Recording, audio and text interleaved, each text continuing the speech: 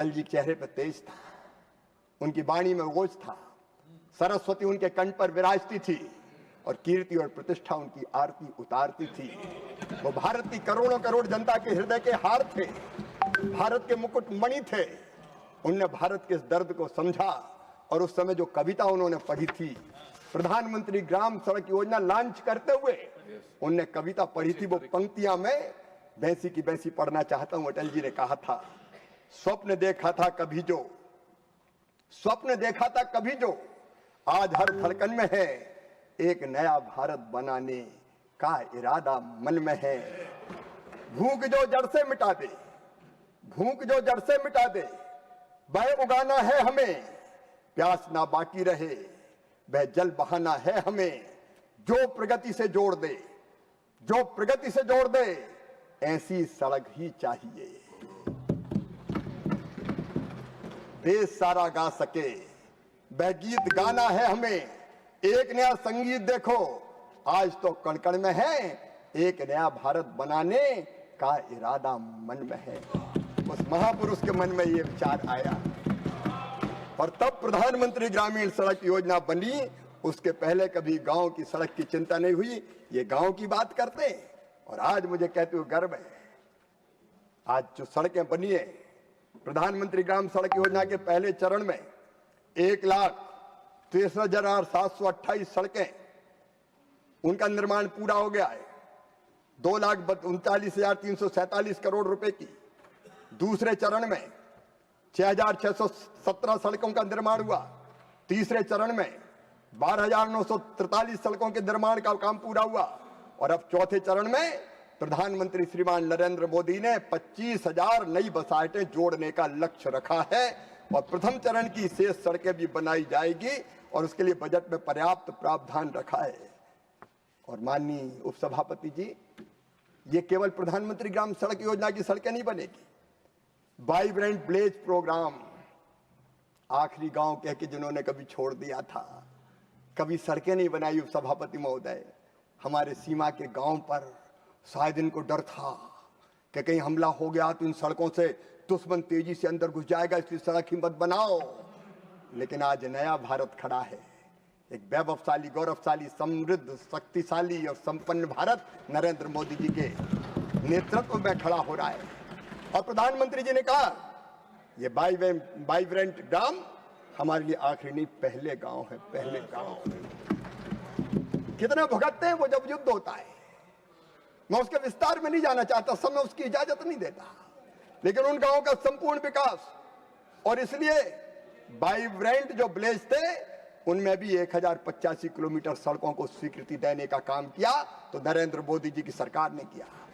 और केवल इतनी धरती आबा जनजाति ग्राम उत्कर्ष अभियान के अंतर्गत 8,617 सड़कें आदिवासी क्षेत्र में बनाई गई और प्रधानमंत्री अनुसूचित जाति अभ्युदय योजना पीएम अजय, उसके अंतर्गत भी वहां सड़कें बनाने का काम शुरू किया गया।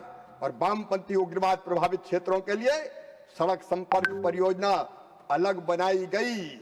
मैं आज भारत के यशस्वी गृह मंत्री अमित शाह जी को, माननीय उपसभापति महोदय, बधाई देना चाहता हूं। वामपंथी उग्रवाद से पीड़ित जिलों में सड़कों का निर्माण हो, वो उनके अध्यक्षता की कमेटी उसके लिए स्वीकृति देती है। और केवल वामपंथी उग्रवाद नहीं, इनके समय तो वामपंथी उग्रवाद पनपा, लेकिन प्रधानमंत्री जी के नेतृत्व में भारत के गृह मंत्री अमित शाह ने यह संकल्प लिया कि मार्च के अंत तक हम नक्सलिज्म को समाप्त कर कर ही चैन की सांस लेंगे। निर्दोष आदिवासियों का रक्त नहीं बहेगा। वो गांव न कभी घुस नहीं सकते थे बस्तर के जंगल, आज विकास और निर्माण की नई गाथाएं लिखी जा रही है।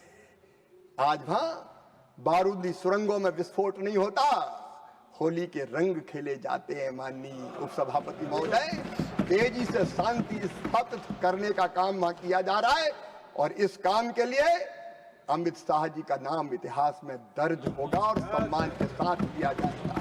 हम उन इलाकों में भी सड़कें बनाने का महाअभियान चला रहे हैं और सड़क बनती है तो माननीय उपसभापति महोदय, केवल सड़कें नहीं बनती, लोगों की जिंदगी बदलती है। जब सड़क नहीं होती तो बच्चे स्कूल नहीं जा पाते कीचड़ के कारण, घर में ही बिना पढ़े रह जाते हैं।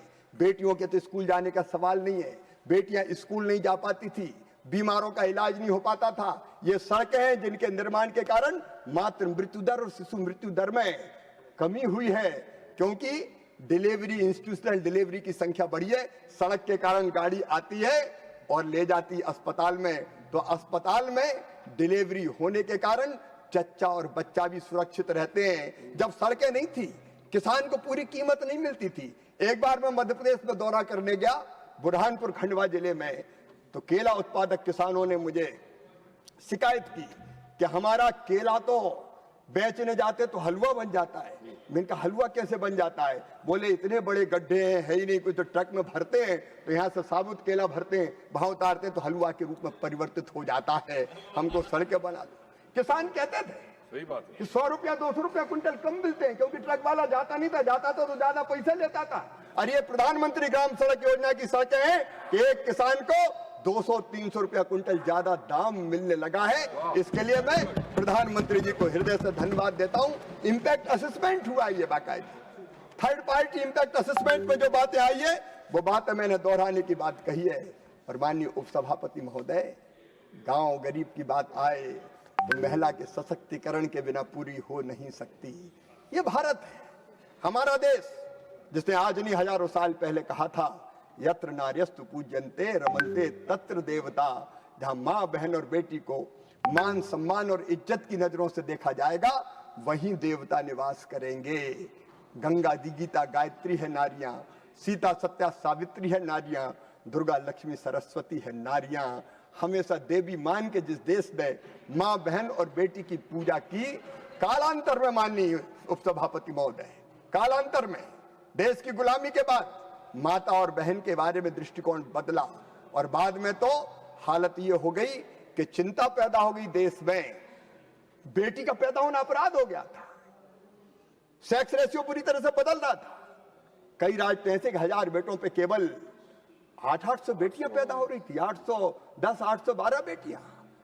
और तब अगर चिंता की तो इस सरकार ने, मुझे कहते हुए गर्व है कि हमारी सरकार ने जिस राज्य में बनी, महिला के सशक्तिकरण के व्यापक पैमाने पर काम हाथ में लिए गए। जब प्रधानमंत्री नरेंद्र मोदी जी गुजरात के मुख्यमंत्री थे, तब बेटी बचाओ बेटी पढ़ाओ अभियान चलाया गया। कन्या स्कूल जाए, इसके लिए विशेष रूप से अभियान चलाए गए। प्रधानमंत्री मातृ वंदना जैसी योजना प्रधानमंत्री नरेंद्र मोदी जी लेके आए, और मेरे जैसे अदने कार्यकर्ता जब मध्य प्रदेश जैसे राज्य के मुख्यमंत्री बने, तो हमने लाडली लक्ष्मी जैसी योजना बनाई और ये तय किया कि मध्य प्रदेश की धरती पर बेटी पैदा होगी तो बोझ नहीं, वरदान होगी। बेटी के पैदा होते ही हमारी कल्पना थी कि बेटी लखपति पैदा होनी चाहिए। बेटी के पैदा होते ही इतने पैसे उसके अकाउंट में डालेंगे कि वो 5वीं पास करके 6वीं में जाए तो 2000, 8वीं पास करके 9वीं में जाए तो 4000, 10वीं पास करके 11वीं में जाए तो 6000, 12वीं में 12500, कॉलेज में फिर 12500, और 21 साल की होगी तो सीधे 1,18,000 रुपया मिल जाएंगे। बेटी पैदा होगी तो लखपति ही पैदा होगी, ये संकल्प लिया। ये भारतीय जनता पार्टी की सरकारों का दृष्टिकोण था, और उसके कारण परिवर्तन आए। लाडली लक्ष्मी जैसी योजना, प्रधानमंत्री मातृ वंदना जैसी योजना ने मातृ मृत्यु दर, उन्हीं बेटियों ने सबसे पहले मुझे मामा कहना शुरू किया। और आज मध्य प्रदेश में 56 लाख लाडली लक्ष्मी बेटियां हैं, जिन बेटियों को मैंने गोद में खिला के, बाहों में झुला के, उछाल के मैं गोद में लेता था, वो अब कॉलेज में पढ़ती है और मामा मामा कहती तो मेरा रोम रोम पुलकित हो जाता और जिंदगी धन्य हो जाती है, जिंदगी धन्य हो जाती है सचमुच में। ऐसे एक नहीं, अनेकों योजनाओं की श्रृंखला है जो भाजपा शासित राज्यों ने चलाई। मुख्यमंत्री कन्या विवाह योजना, एक योजना हमने चलाई, आज प्रासंगिक होगा माननीय उपसभापति महोदय, आज यहां बताना प्रासंगिक होगा। जब गांव में मजदूर करने वाली बहन बेटा बेटी को जन्म देती थी तो 2 दिन पहले भी खेतों में मजदूरी करने जाती थी, 2 दिन पहले भी। और बेटा बेटी को जन्म देने के बाद 8 दिन भी नहीं होते थे कि अपनी फटी साड़ी का टुकड़ा अपने माथे पे बांध के और फिर से खेतों में मजदूरी करने पहुंच जाती थी। तब हमने तय किया कि बेटा बेटी के पैदा होने के पहले 4000 रुपया देंगे गर्भवती बहन को, और पैदा होने के बाद 12000 रुपया उसके खाते में डालेंगे, ताकि घर पर रहकर महीने 2 महीने वो आराम कर सके। ऐसी एक नहीं, अनेकों योजनाओं की श्रृंखलाएं थी। लेकिन आज मैं बताना चाहता हूं, पंडित दीनदयाल अंत्योदय ग्रामीण राष्ट्रीय आजीविका मिशन के बारे में माननीय उपसभापति महोदय, हमारी गांव की गरीब बहनें जो कई बार 1,500 रुपए के लिए परेशान हो जाती, दिन दिन भर मेहनत करने के बाद 1,500 रुपए पास में आते थे, उनके लिए ये स्वयं सहायता समूहों के माध्यम से एक अभियान चला।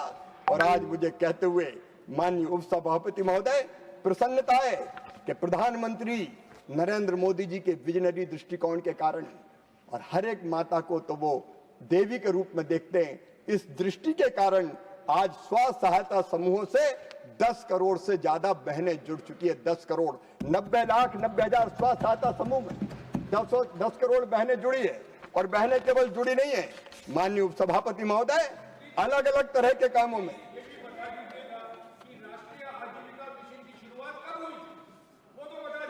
वो बता रहा हूँ रमेश जी, अब गुस्सा क्यों हो जाते थे? बता रहे। माननीय उपसभापति महोदय, माननीय जयराम जी रमेश का मैं बहुत आदर करता हूं। इनसे मैंने सिंसियर और गंभीर ऐसा सांसद नहीं देखा जो 24 मतलब पूरे जब संसद चलती पूरे समय आप बैठे हुए मैंने देखा है।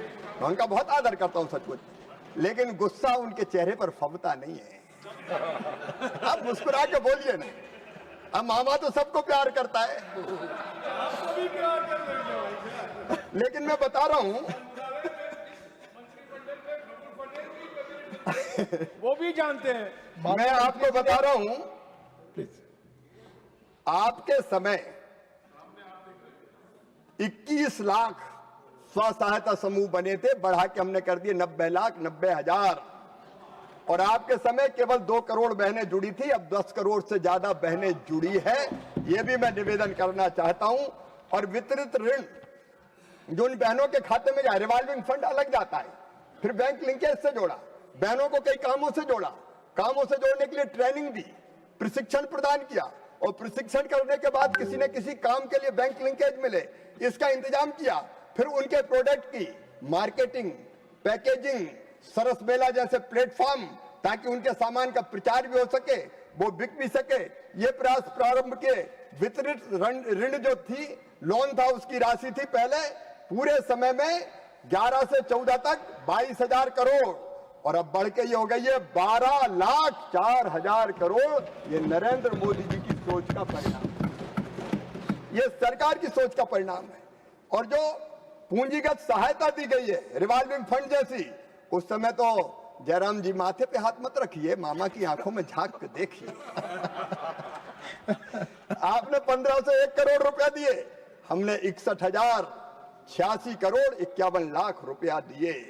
अगर मैं पूरी गाथा सुनाऊंगा तो आजीविका मिशन में पूरा समय चला जाएगा। और प्रधानमंत्री जी ने एक नया कॉन्सेप्ट, जिसने पूरे देश में हमारी ग्रामीण बहनों को नए उत्साह से लवरेज कर दिया, भर दिया। और उन्होंने कहा हर बहन को लखपति दीदी बनाना हमारा टारगेट है, हर बहन को लखपति दीदी बनाना है। और लखपति दीदी बनाने के लिए अभियान चला। प्रधानमंत्री जी ने संकल्प लिया कि हम 3 करोड़ लखपति दीदी बनाएंगे, और ये बनना था 2027 तक। लेकिन 1.25 साल पहले ही मैं ग्रामीण विकास मंत्रालय की पूरी टीम को आज हृदय से बधाई देना चाहता हूं। प्रधानमंत्री जी के नेतृत्व में 1.25 साल पहले 3 करोड़ लखपति दीदी का टारगेट हमने पूरा कर दिया। 3 करोड़ लखपति दीदी बन गई, जो लखपति जिनकी आमदनी 1 लाख रुपया से ज्यादा है। लेकिन प्रधानमंत्री कहां बैठने देते हैं? 3 करोड़ पूरा नहीं हुआ कि बोले अब 6 करोड़ बनाओ, तो हम 6 करोड़ के काम में जुट गए। और केवल प्रधानमंत्री जी ने कहा हम बैठे नहीं, हैदराबाद में हमने बैठक बुलाई, और उस मीटिंग में माननीय सारे बैंकर्स बुलाए, स्टेक होल्डर बुलाए, और हमने तय कर दिया, प्रधानमंत्री जी ने संकल्प लिया है 6 करोड़ लखपति दीदी बनाने का। ये 6 करोड़ लखपति दीदी बनाने का संकल्प पूरा होगा। लक्ष्य भी तय किया, रोड मैप भी बनाया, और कई तरह के काम, छोटे छोटे काम तो करेंगे, बड़ी पापड़ अचार, लेकिन अब केवल ये काम नहीं करेगी बहनें। काम कोई छोटा नहीं होता, मुर्गी पालन, बकरी पालन, पशुपालन, द्रोण दीदी, बैंक सखी, पशु सखी, कृषि सखी, ये तो सब बनेंगी। लेकिन अब बहनों को उद्यमी बनाने का काम भी अब हम करके दिखाएंगे। इंडिविजुअल बहनें भी कैसे लखपति बने समूह के अलावा, और वो अलग अलग तरह के उद्यम प्रारंभ करें, उस दिशा में भी हम कदम बढ़ाएंगे। और हमने तय किया है माननीय उपसभापति महोदय, उसके लिए हम 5 साल में 10 लाख करोड़ रुपया बैंक लिंकेज भी कराएंगे और 1.5 लाख करोड़ रुपया इंडिविजुअल दीदी को भी उद्यमी बनाने के लिए दिलाएंगे। और सारी दुनिया देखेगी कि एक दिन 6 करोड़ लखपति दीदी भी बन जाएगी। माननीय उपसभापति महोदय, हमारा तो संकल्प और सपना है, कोई बहन गरीब ना रहे। क्यों किसी बहना की आंखों में आंसू रहे, क्यों वो थोड़ी मोटी राशि के लिए अपनी हाथ फैलाए। नारी तू नारायणी, इस लखपति दीदी अभियान ने उस बहन की सृजनात्मक क्षमता को आज दुनिया के सामने ला के खड़ा कर दिया है। मेरी वो बहनें जो कल तक घूंघट में रहती